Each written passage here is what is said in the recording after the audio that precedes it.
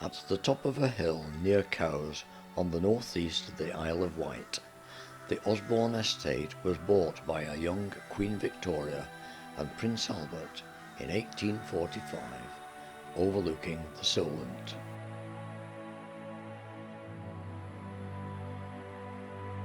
This was just 5 years after she married Prince Albert of Saxe-Coburg and Gotha in the Chapel Royal of St James's Palace in London.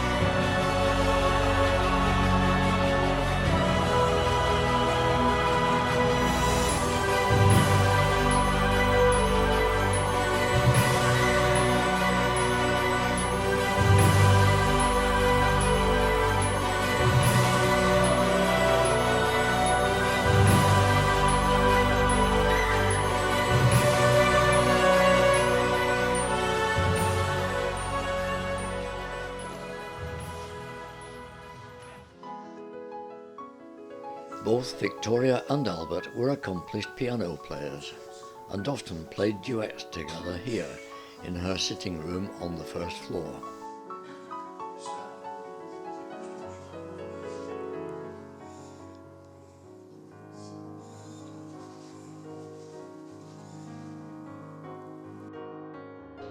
The Queen's rooms were linked by the grand corridor to the household and main wings with their Italian Renaissance design, which became known as the Osborne style.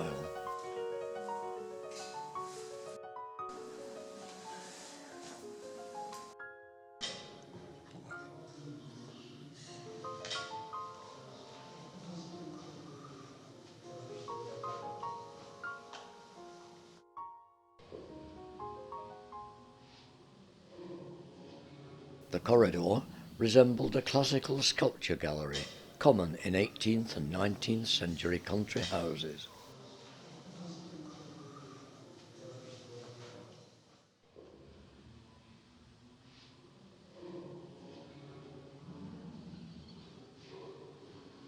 Osborne was the Queen and Albert's escape from the formalities of daily life at Buckingham Palace, and she would visit the Isle of Wight 2 or 3 times every year with her children.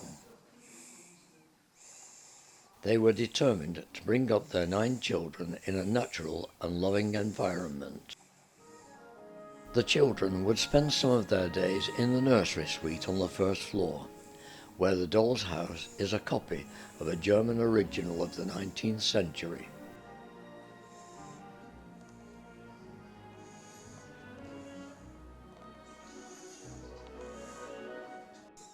In the nursery bedroom, a nurse would sleep in the bed, and one of the cots was made for Vicky, the Princess Royal, in 1840.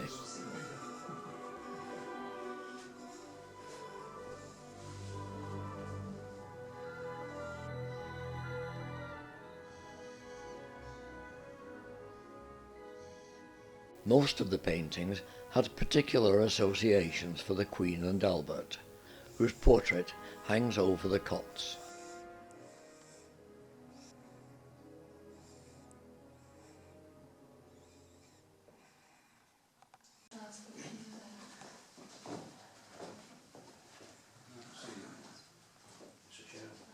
Both the Queen and Albert insisted that the royal children visit their parents' bedrooms frequently, in shared intimate spaces rather than joining them occasionally in public rooms, as was often the case with the aristocracy.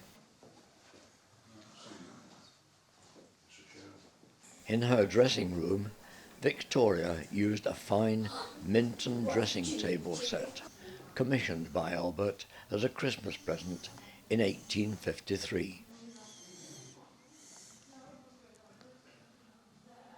The table deckers' rooms would be a hive of activity, as they worked to lay the dining room tables for lunch and dinner.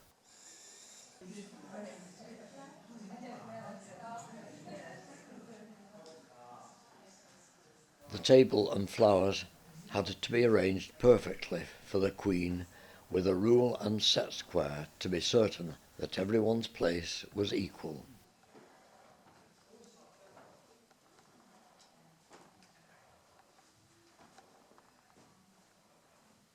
Although Osborne was the Queen's informal refuge, visiting royalty from abroad were often received in the drawing room, where the Queen would sometimes entertain them by playing the piano.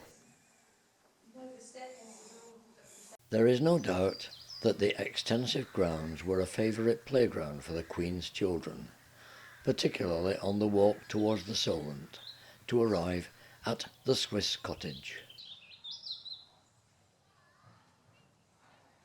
The cottage, built in timber, was given to their children in 1854, on the Queen's birthday.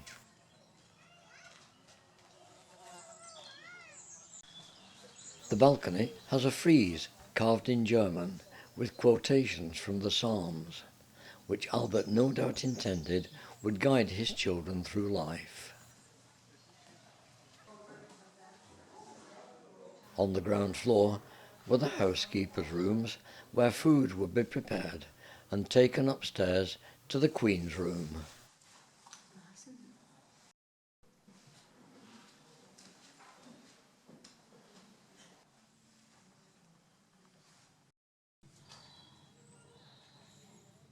Nearby, on the edge of the gardens, the miniature fort was completed in 1856, at the end of the Crimean War.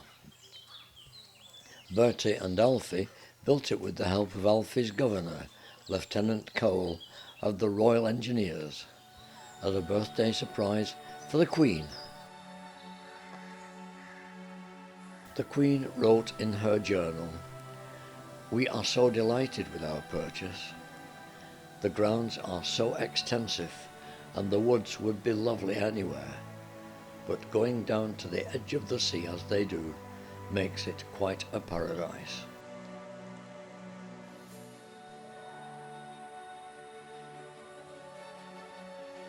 But the paradise would not last forever. By 1859, Albert was complaining about the treadmill of never-ending business. He likened himself to the donkeys at Carisbrooke Castle, which he said would rather munch the thistles than pull the treadmill in the castle well.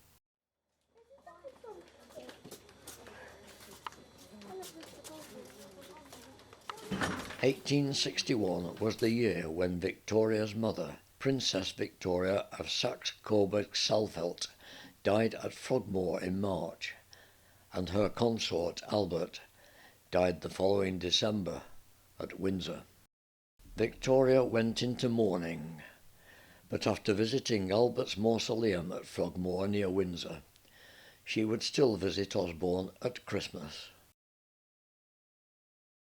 After Albert's death, she would wear black for the rest of her life. Her wedding anniversary, previously spent at Buckingham Palace, was moved to Osborne almost every year after Albert's death.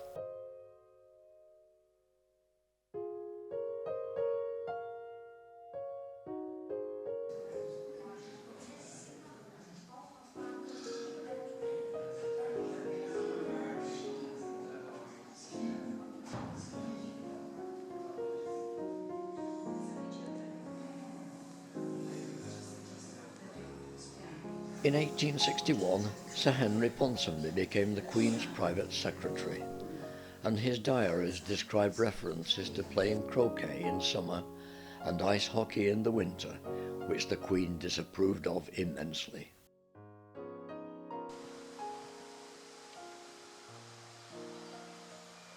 Victoria was created Empress of India by Disraeli in 1876. And she grew an affection for the country, although she never visited it. The Durbar wing was built in 1890.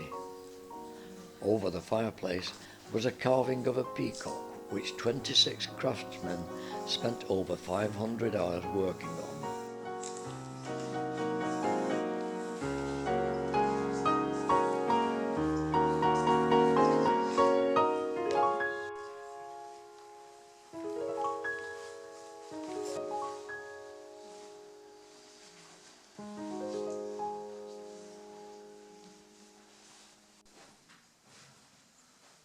On the 17th of January 1901, the Queen was very frail and suffered a stroke. The royal family, which included the future King Edward VII and Kaiser Wilhelm II, started to arrive at Osborne.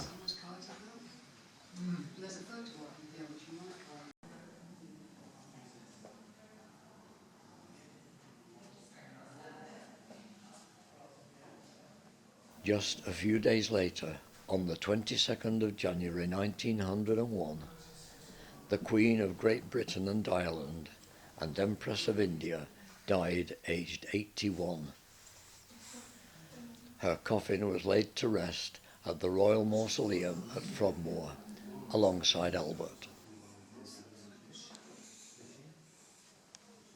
On his coronation day, King Edward VII wrote, "It is the King's wish that his people shall always have access to the house, which must forever be associated with her beloved name."